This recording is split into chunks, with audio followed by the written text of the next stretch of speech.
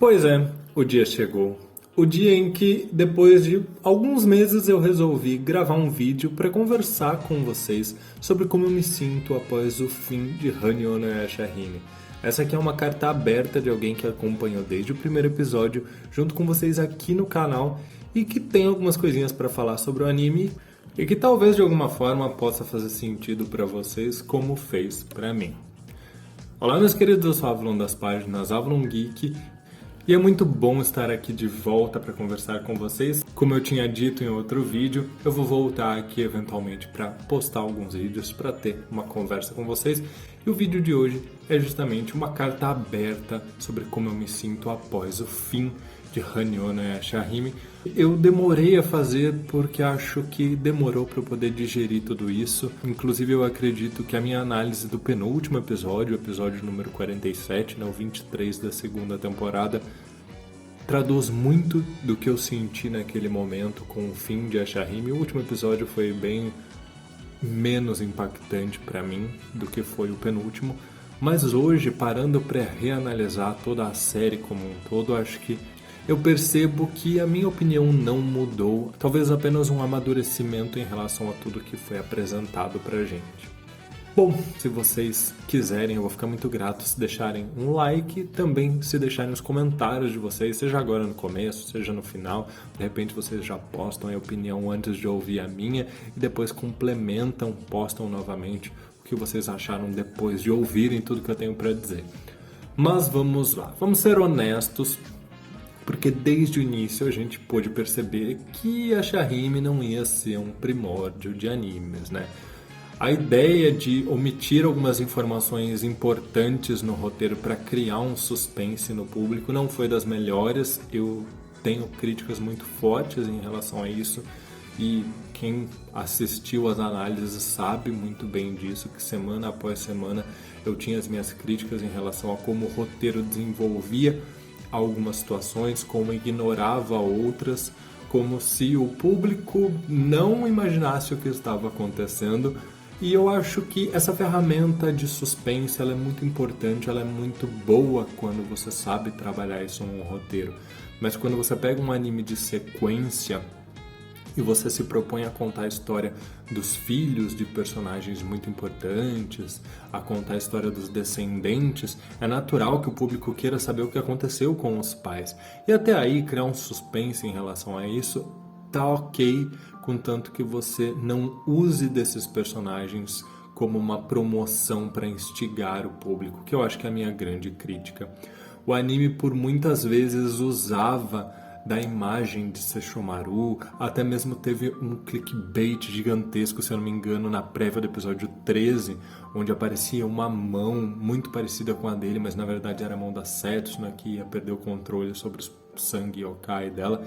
Então, assim, o anime em muitos momentos usava desses clickbaits, da imagem de Inuyasha, Agome, Sesshomaru, Rin, só para chamar a atenção do público, muitas vezes em prévias, em cenas que saíam antes da estreia do episódio, para fazer com que a gente ficasse ansioso para ver aquilo, para no final das contas ele não entregar para a gente o que estava acontecendo. Em compensação a essa ansiedade, esse suspense que o próprio roteiro criava, ele também fazia com que personagens dentro da obra ignorassem completamente a existência desses personagens.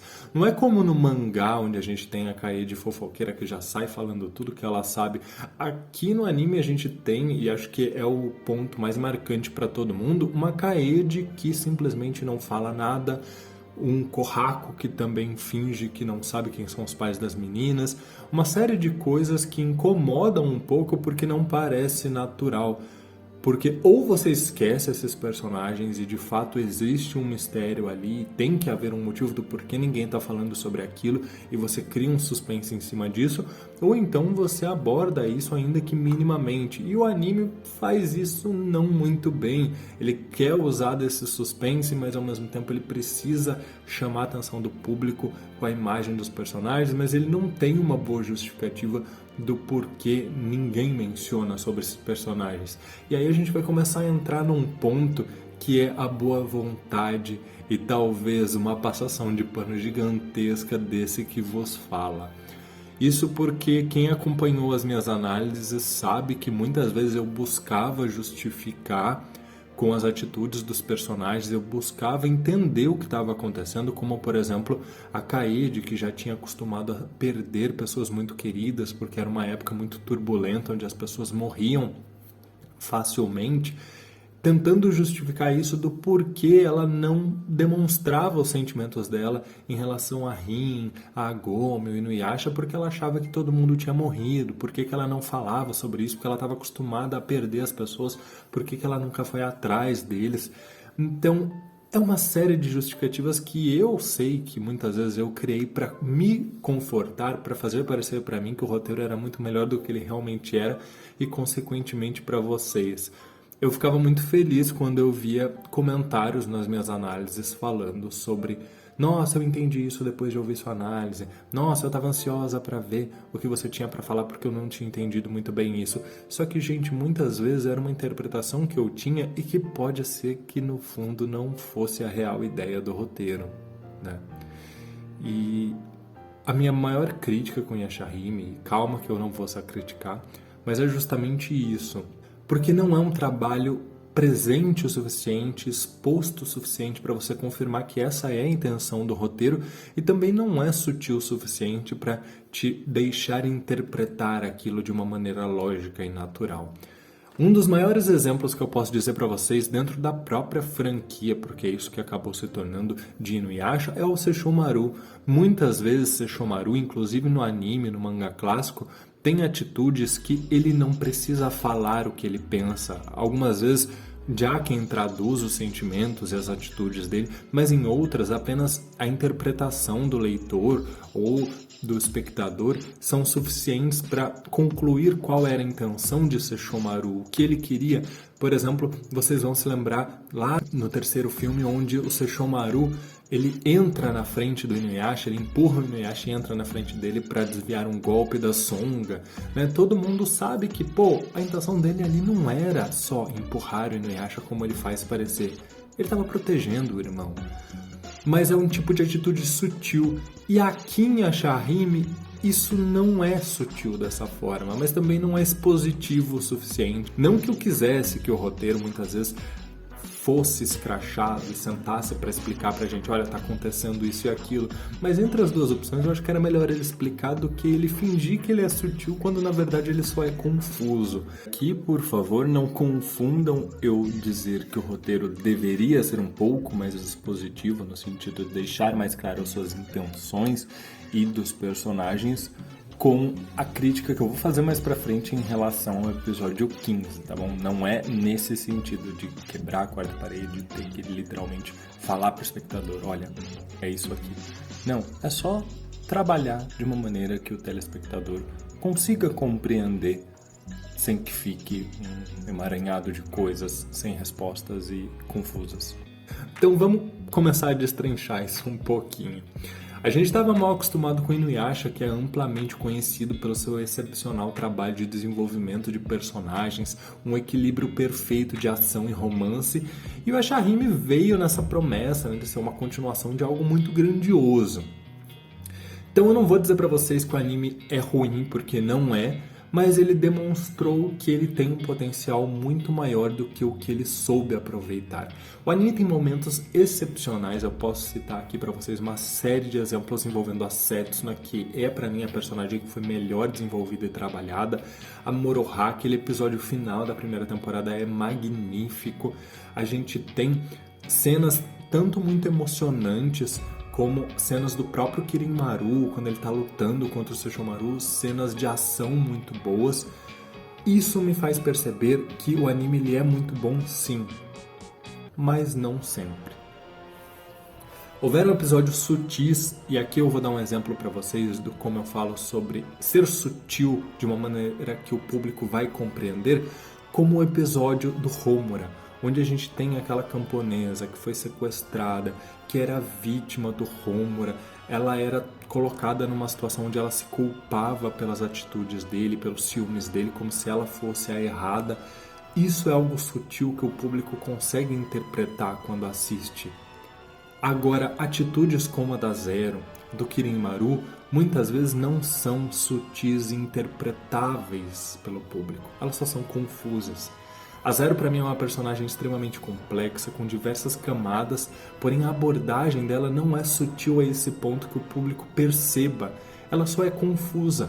Ela não é nem autoexplicativa, como também não é sutil. E tem momentos onde ela sugere uma sutileza, um sentimento, uma profundidade a mais para a personagem, que, sendo muito sincero com vocês, eu fiz toda uma interpretação. Vocês vão achar vídeos aqui interpretando a Zero, Kirin-Maru, Arion, as atitudes deles, mas que no final das contas é uma interpretação que eu me esforcei muito para dar das atitudes deles, que muitas vezes só são incoerentes e querem fingir que são algo cult e super profundo, cheio de camadas e multifacetas, mas não.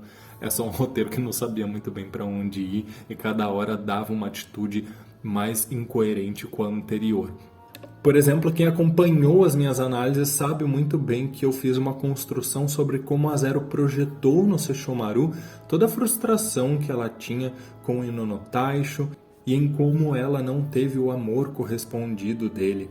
Mas no final das contas, o anime mesmo nunca deixa claro pra gente, nem nas entrelinhas, sobre o porquê é que ela ficou com tanto rancor e tanto ranço de Sesshomaru, Rin, o que foi essa inveja que ela tinha da Rin, esse ódio pelas meio yokais.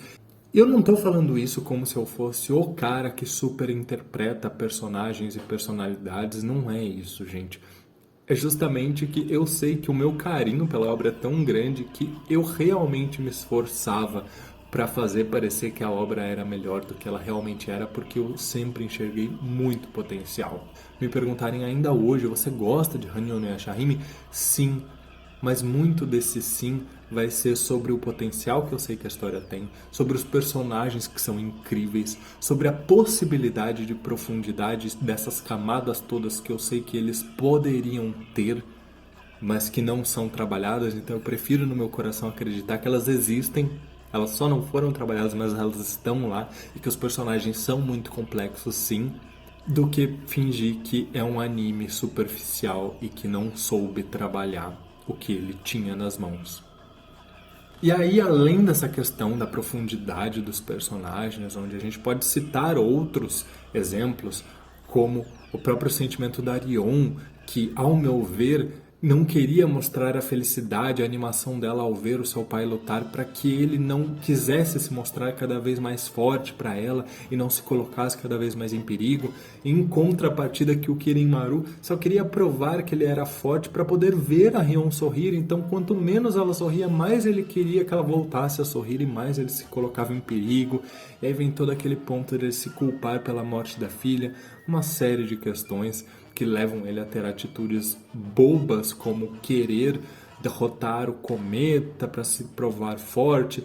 Atitudes que não pareciam muito condizentes com aquilo que foi apresentado na primeira temporada, e aí eu acho que fica muito claro pra gente que esse roteiro não estava completamente escrito quando Yashahime foi idealizado e começou a ser produzido.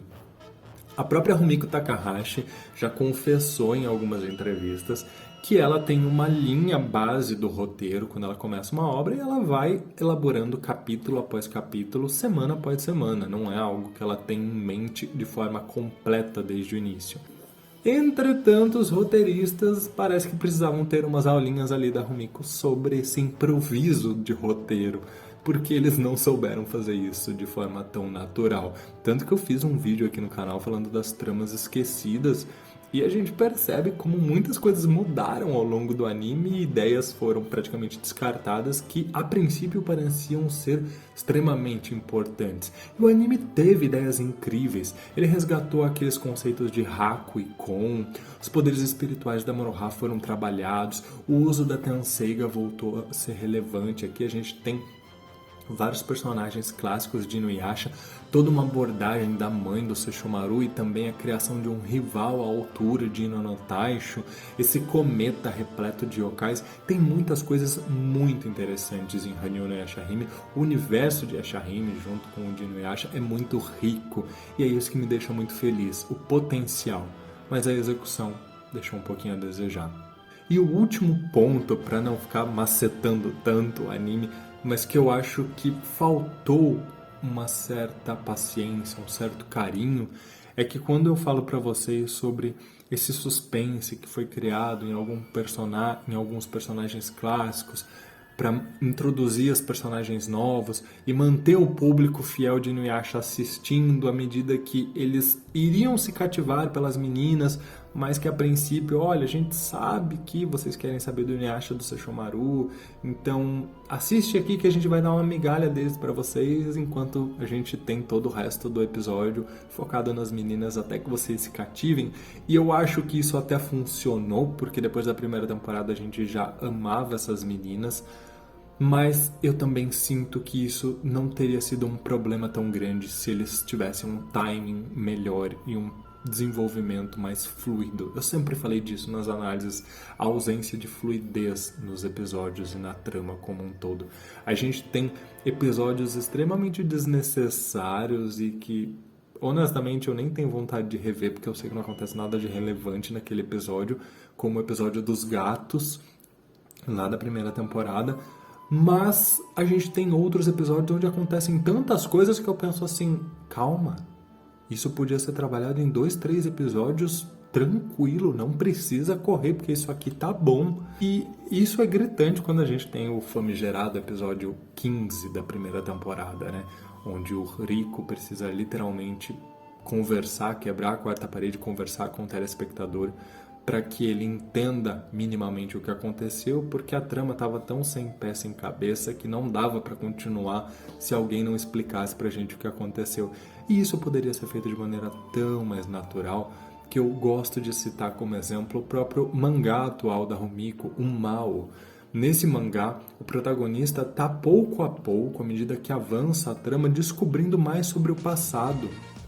Tem amigos dele que ele achava que estavam mortos e não estão, se tornaram extremamente poderosos, se tornaram vilões, e ele precisa descobrir como aconteceu uma tragédia anos atrás e como alguns sobreviveram, outros não, quem é o culpado.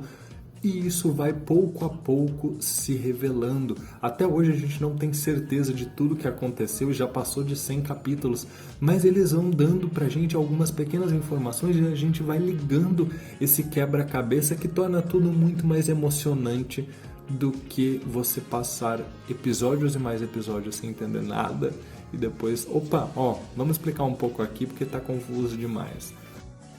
E digo mais, o próprio mangá de Ashahime vem trabalhando essa abordagem mais semelhante à abordagem que a Rumiko está utilizando em Mao. Uma abordagem onde pouco a pouco você vai tendo flashbacks, você vai tendo introdução de personagens clássicos, informações que desenvolvem a trama sem precisar deixar tudo nebuloso demais e explicar de uma maneira que subestima a inteligência do espectador, no caso do mangá, o leitor. Então, essas são algumas críticas que eu tenho em relação a Yashahime, mas calma que esse vídeo não foi feito para detonar o anime. Apesar de tudo isso que eu falei para vocês, eu digo que Yashahime tem um potencial gigantesco, infelizmente não foi aproveitado como eu gostaria. O mangá tá aí e eu não vou ser hipócrita de falar que nossa, o mangá é 1000 vezes melhor do que o anime, o mangá tem tudo que o anime não tem, e é lindo, perfeito, maravilhoso. Ele tem sim muitas coisas melhores do que o anime. A construção da história num contexto geral parece caminhar por um caminho muito mais coeso e melhor, eu diria, com abordagens explícitas de Sesshin, não tanto quanto a gente gostaria, mas ainda assim tem um carinho maior, uma demonstração de afeto muito maior, uma abordagem desse romance. Tem também algumas abordagens muito engraçadas da vida da Agome, da Sango, com seus respectivos maridos. E embora pareça que, poxa, então quer dizer que o mangá é muito melhor, tem alguns pontinhos onde realmente não vou mentir pra vocês. Mas também tem outras coisas onde eu confesso que eu gostava mais na versão do anime. Ainda que não tenha sido perfeito, eu acredito que tem muitos pontos que deixaram o fandom muito contente, como por exemplo a gente finalmente ter algum tipo de abordagem de yokais na era presente, a era da Agome, né? Então, por mais que a gente tenha tido isso lá no comecinho de Inuyasha, em relação à Máscara de Carne, algumas outras coisinhas como Tatarimoki, a gente tem um certo aprofundamento disso. Nós temos, ainda que minimamente, uma preocupação dos objetos do presente vindo para o passado. Isso é muito explorado no começo da série de Yashahime. A gente tem essa preocupação das consequências de um yokai como Kirin-Maru, por exemplo, atravessando o tempo e indo parar no presente. São muitos conceitos, muitas ideias que são muito bons e que eu acredito que fazem valer muito a pena a existência de Yashahime. Muitas coisas que nós sempre quisemos ver no anime de Inuyasha e que infelizmente não aconteceram e talvez não tenha sido com a magnitude, a grandiosidade que nós gostaríamos, mas bem ou mal nós tivemos alguns reflexos da era feudal no mundo moderno, nós temos algumas preocupações como o próprio cometa. Então são aspectos muito legais e interessantes que eu tenho sim, obviamente que elogiar, que reconhecer que a Yashahime tem pontos extremamente acertados. Como eu disse, ainda que não com a profundidade e o desenvolvimento que a gente gostaria, mas muito bom. Também temos o próprio Moinho do Tempo e como isso é muito bem trabalhado em relação à joia da mãe do Sesshomaru. E a Yashahime num todo tem ideias excepcionais, tem coisas muito interessantes. A lore de Inuyasha é aprofundada, nós temos a Shiori e como ela criou aquele refúgio para os Mei-yokais. Tem sim muitas coisas muito boas, tem cenas fantásticas, tem inimigos interessantes, os 4 perigos, por mais que não sejam ameaças tão grandes assim, tem ideias boas, tem conceitos interessantes. Eu sempre falo o quanto eu gostaria de ver mais deles, porque eu realmente gostei das 4 ameaças, como as relações entre as irmãs Setsuna e Towa, a ambiguidade delas, a relação da Moroha, tanto com as primas quanto com seus pais. Também a relação do Riko com a Towa, que é muito bonita de acompanhar. Os relacionamentos, embora não sejam tão aprofundados quanto Inuyasha, ainda assim são muito bonitos. A gente consegue perceber, ou a minha passação de pano, como eu brinquei mais cedo no vídeo, em querer fazer parecer essa profundidade de desenvolvimento e camadas dos personagens, me faz enxergar sim muitos pontos dos personagens que os tornam ainda mais interessantes. Todos eles, sem exceção. Desde Towa até Kirin-Maru, Zero, e isso faz com que eu me cative muito com todos esses personagens. Enfim, várias questões que são muito positivas na animação e que eu sempre vou guardar com muito carinho, apesar de todas as críticas que eu fiz aqui ao longo desse vídeo. Mas, em resumo, Yashahime é um anime com muito potencial e que, por mais que eu não vou dizer pra vocês que eu tenho vontade de reassistir episódio por episódio, eu tenho vontade de reassistir alguns episódios específicos, porque eu sei que são episódios bons, que tem cenas boas e os personagens são marcantes. Eu diria que para alguém que assiste um AMV, um compilado de cenas boas de Yashahime, vai achar o anime incrível. Se você pega cenas emotivas, cenas românticas, cenas de batalha e compila elas em um recorte no YouTube com uma trilha sonora clássica de Inuyasha, você vai achar que é a melhor animação do mundo, porque ela pega forte numa nostalgia de fã de Inuyasha, tem personagens carismáticos, marcantes, que tem designs muito interessantes, mas quando você passa para assistir episódio por episódio, você sente que não é tudo isso. Poderia ser mais. É claro que a gente não pode esquecer de coisas que foram confirmadas, né, que só vieram a existir graças a esse anime, que são justamente a relação dos filhos de Miroki com o seu pai, né? A gente pode finalmente descobrir qual rumo cada um deles seguiu. Nós pudemos ter, de fato, a filha de Inuyasha Gome, as filhas de Sesshomaru e Rin, o próprio relacionamento da Rin, vários pontos que só vieram a existir, a ser confirmados graças à animação de Hanyo no Yashahime. E eu só diria que eu gostaria que muitos desses pontos, inclusive a relação Sechi-Rin, fosse trabalhada de maneira mais clara, talvez evitasse muitas das polêmicas que surgiram, coisa que o mangá parece estar investindo um pouco mais em trabalhar, e é o sentimento que eu tenho com Yashahime hoje. Eu demorei para gravar esse vídeo e até para querer rever Yashahime, porque eu fiquei com uma sensação de que, ok, acabou, então agora não tem mais mas vai melhorar. Não, mas isso aqui pode ser explicado ainda. Vocês sabem muito bem que uma das minhas grandes decepções foi o desfecho do Kirin Maru e que com muito pano eu consegui ali construir uma justificativa das intenções dele para me convencer de que não é tão ruim quanto parece. Mas no final das contas, é um anime que me divertiu, que eu sou muito grato e que eu sempre vou ter uma memória afetiva maravilhosa por ter acompanhado com vocês, porque eu não só assisti Yashahime, eu vivi Yashahime.